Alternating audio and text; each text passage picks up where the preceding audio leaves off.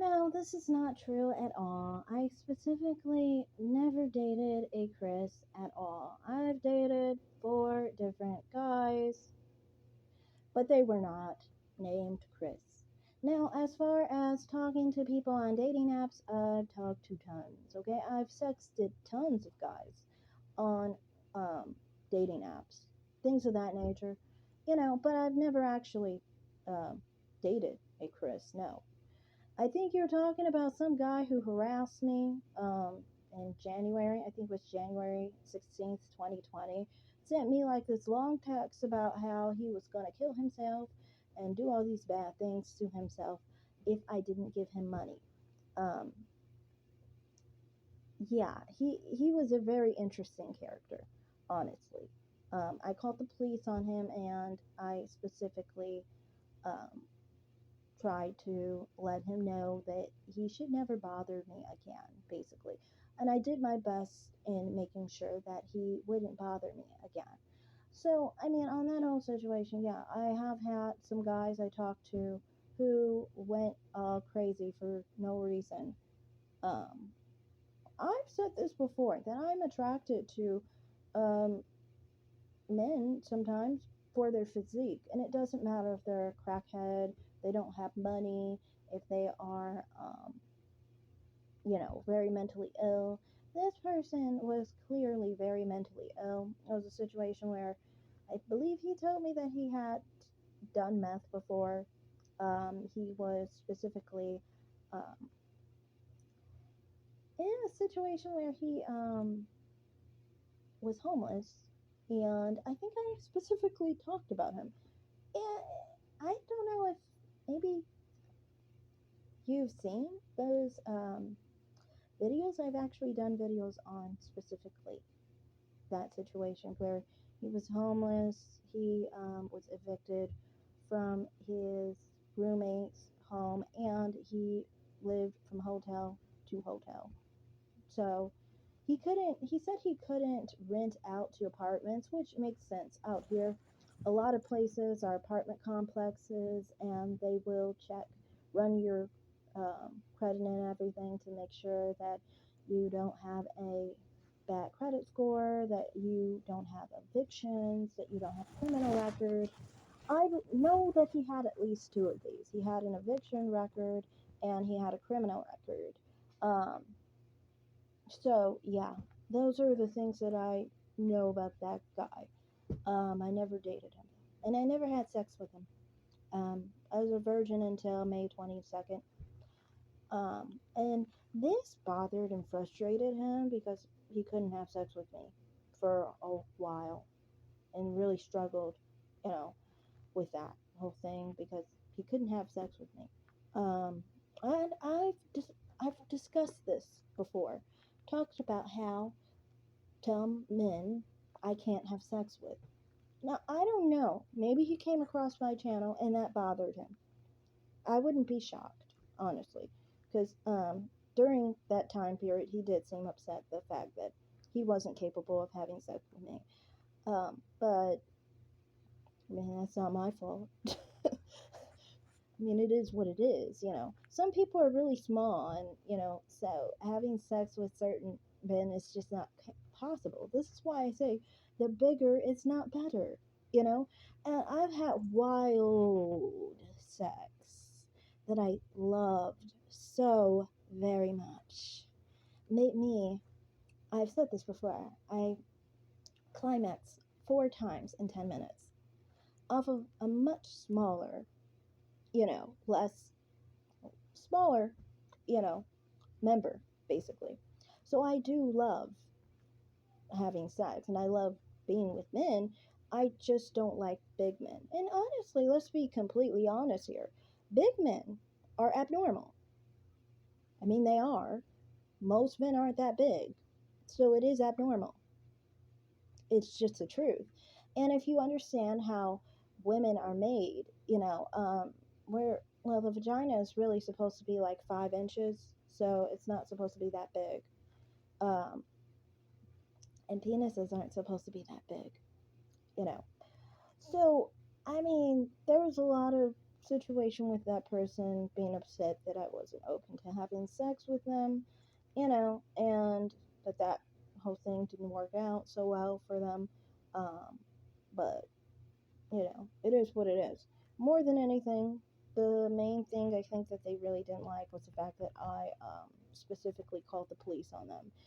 And, you know, it wasn't just that one text on the 16th. He had several texts since the beginning of showing that he was a very mentally disturbed individual. So for me, it was just like I specifically felt like, this was not just an empty threat, but literally he had cuts on him. Um, he had talked about like his childhood and how he was mentally, emotionally, physically abused, sexually abused, and he was very broken and had a lot of different emotions that he could not handle. You know, it seemed like he had honestly like a situation where he had like BPD, maybe possibly or something, because his emotions were really extreme. And I do get what you're saying with the whole thing of dating in the sense of, for me, no, I was not dating him because I don't see how can you date someone if you never go out with them? How can you have sex with someone if you never have sex with them? Like, if these things don't happen, how is any of that involving dating? Like, that, none of that would have to do with dating, especially if you don't go out with them. And for me, I had only spoken to him for a month, you know. And I do get what you're saying in one sense. This person did seem like he acted like things were so extreme when they weren't, you know. I'd have these intense conversations with someone who didn't even know him past a couple weeks, you know.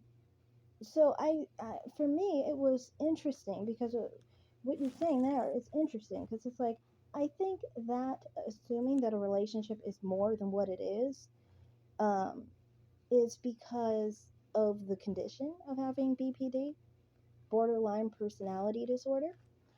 And there's some links. I'm going to share, I guess, a few um, videos on people who have BPD because that's why I finally realized I was like, oh, that's what that person had because I saw more people with it and how it affects them, you know. And I was like, oh, that's exactly what I was recognizing with that situation. But my thing was, I talked to some people about this situation, actually. I talked to some people about this at the time. And when I was talking about that situation, what happened was some people were literally saying that, you should never see this person and you should never be involved with this person in any regard. When I say involved, I mean talking to, texting, anything, you know.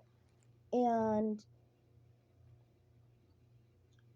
to basically, avoid them because they may very well kill you and them at the same time, And so that's why for me it was best to call the police and just, and things figured out by their means. Personally, to me though, like I wasn't there with around him when he was having that episode, honestly.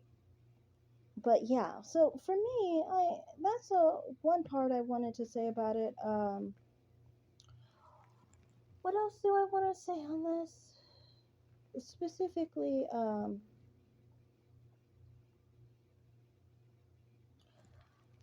one other thing I wanted to say was I specifically have talked about this situation over and over and over and over again.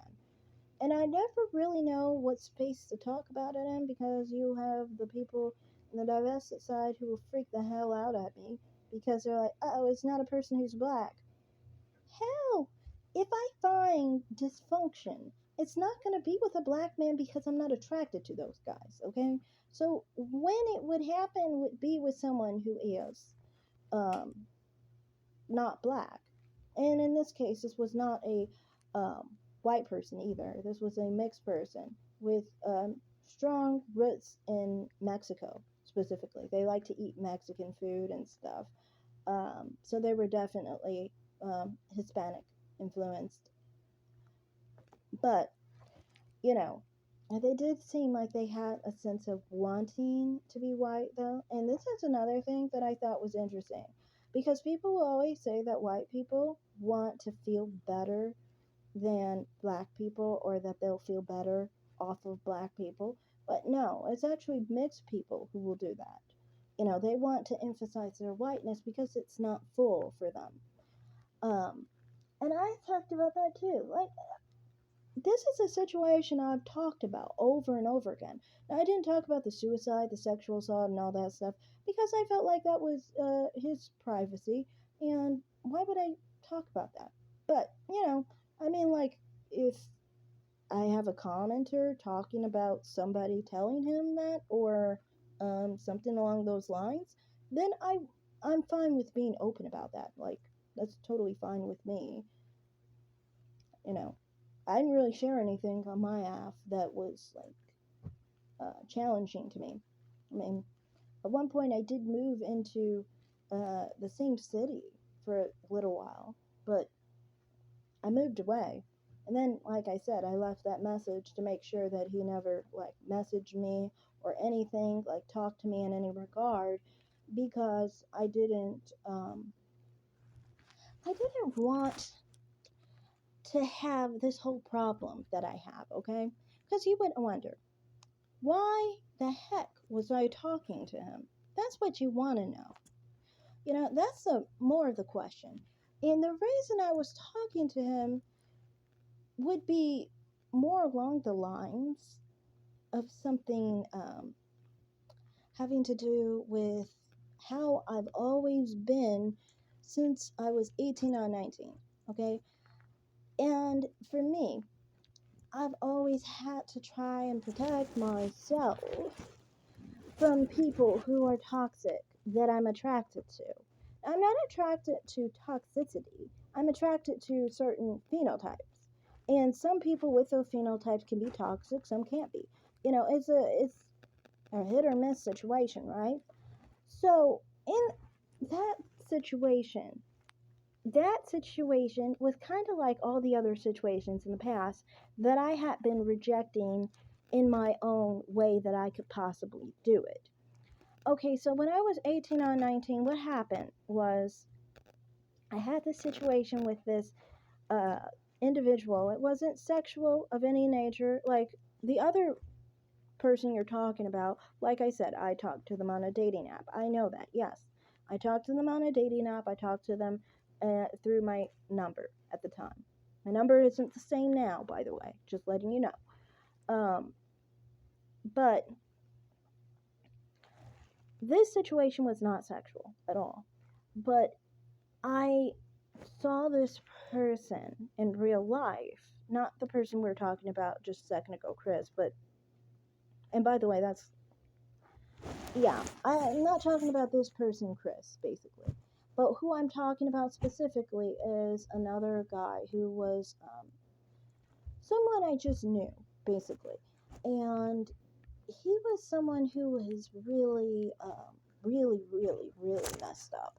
Like, more messed up than this guy.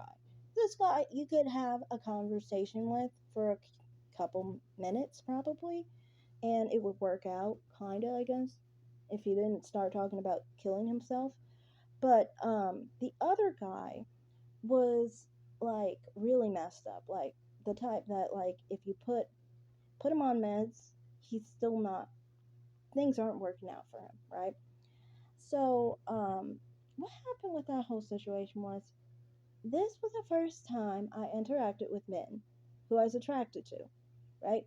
And when I was around men I was attracted to, especially as a virgin, I was a freaking mess. I was honestly a freaking mess when I was around men that I was attracted to, even up until this point, you're talking about this Chris guy. When I was 26, I was, yeah, I was definitely really messed up then. When I say messed up, I mean shy, scared, like can't talk, really, really uncomfortable kind of thing, and dropping things like non-stop, like, and my voice dropping to extremely low levels.